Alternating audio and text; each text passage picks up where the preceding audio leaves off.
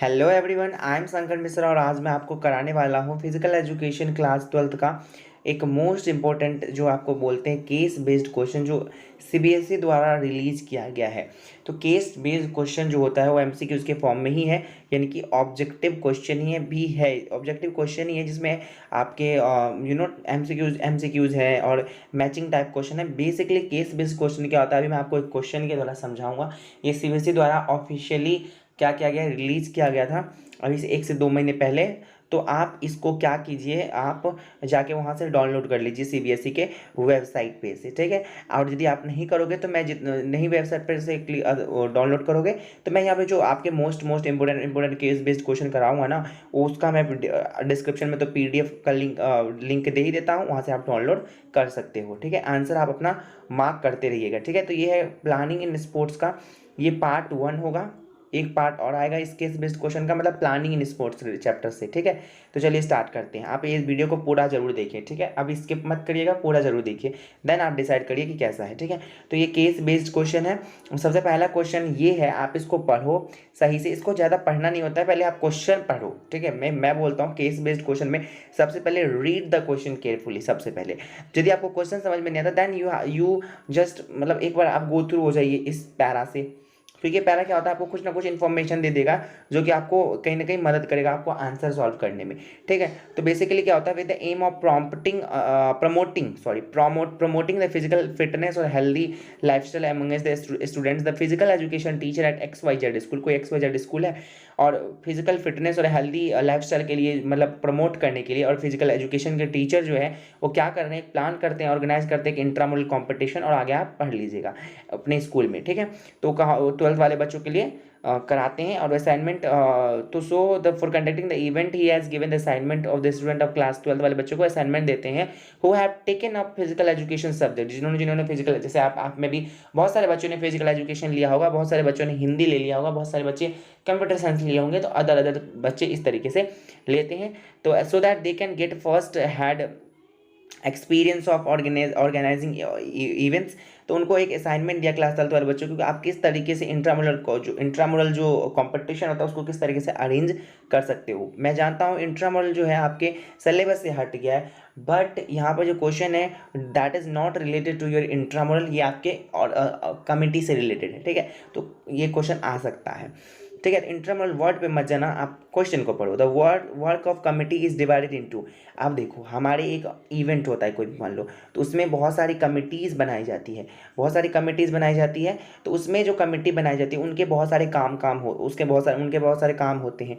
तो कितने कितने तरह में डिवाइड किया गया है। एक तो प्री, यानी कि इवेंट या फिर टूर्नामेंट जो होने वाला है, उससे पहले का क्या क्या काम है, ठीक है। एक होता है ड्यूरिंग मतलब जब हमारा टूर्नामेंट हो रहा है तब।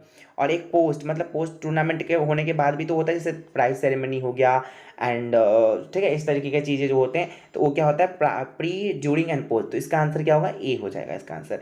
समझे या नहीं समझे? नहीं समझे तो मुझे बताओ कमेंट सेक्शन में, मैं और अच्छे से समझाने की कोशिश करूँगा, ठीक। लेकिन ऐसे क्वेश्चन आएंगे आपके डायरेक्टली 9 to 10 क्वेश्चन आएंगे, मैं अप्रॉक्स 10 क्वेश्चन आपके आएंगे बोर्ड एग्जाम्स में, इस वाले एग्जाम में, टर्म 1 वाले एग्जाम्स में, ओके। सो चलिए चलते हैं। Which is not the objective of sports tournament, क्या स्पोर्ट्स टूर्नामेंट का, या फिर बेसिकली मैं कहूँ कि कौन सा ऑब्जेक्टिव नहीं है आपके टूर्नामेंट या फिर प्लानिंग, स्पोर्ट्स टूर्नामेंट का प्लानिंग का कह सकते हो। टू प्रोवाइड रिक्रिएशन, तो भैया रिक्रिएशन मतलब होता है इंजॉयमेंट, रिफ्रेशमेंट, तो इस तरीके से तो ये तो देता ही देता है, हम टूर्नामेंट देखते हैं, ठीक है, मूड भी फ्रेश करने के लिए। तो दैट इज़ द ऑब्जेक्टिव, ये ऑब्जेक्टिव है।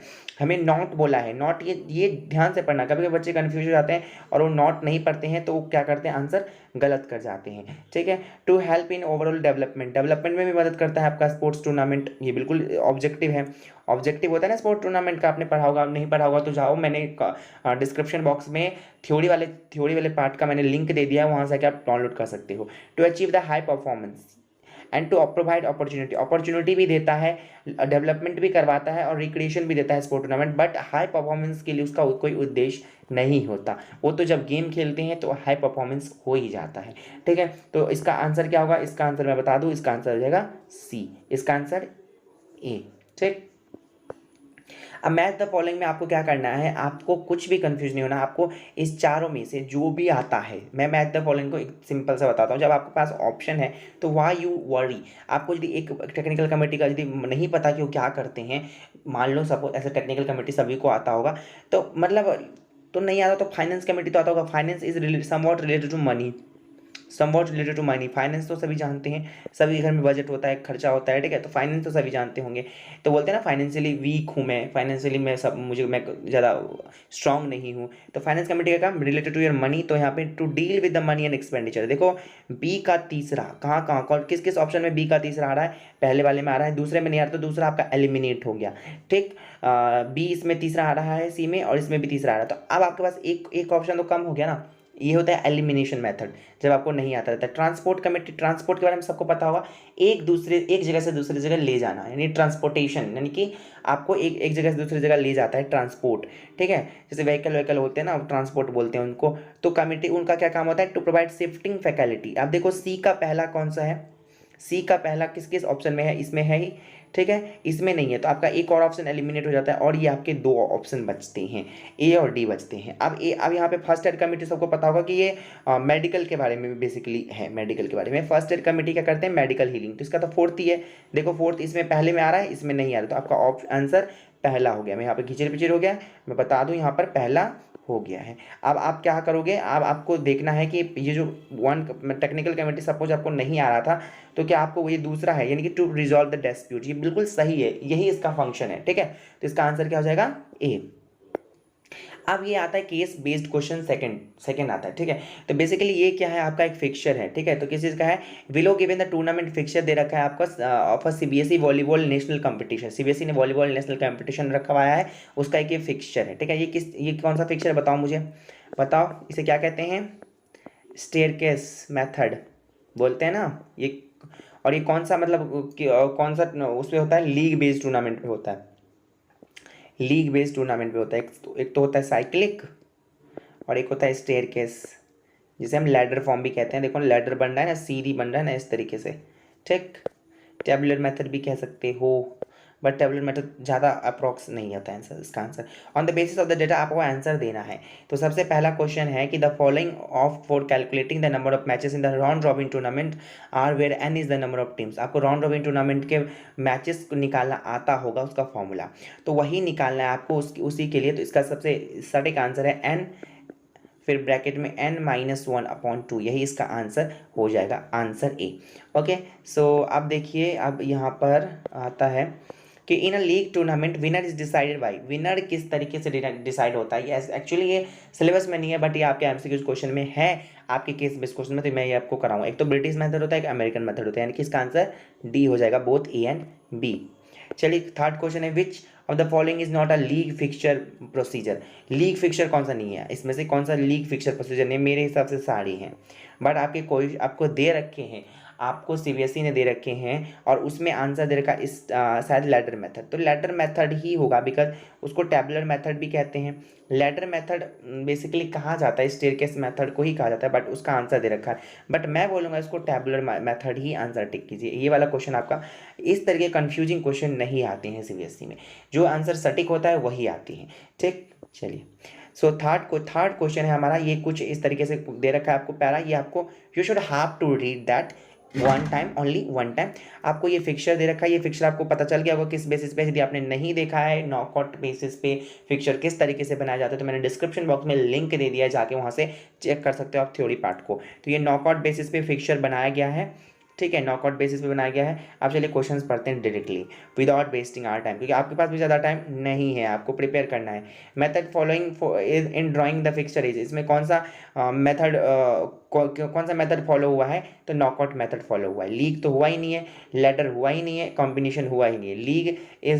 लीग और लेडर वाला तो सेम ही होता है, ठीक, तो ये वाला हुआ ही नहीं है, तो आपका बेस आंसर बी हो जाएगा, ठीक, बी होगा।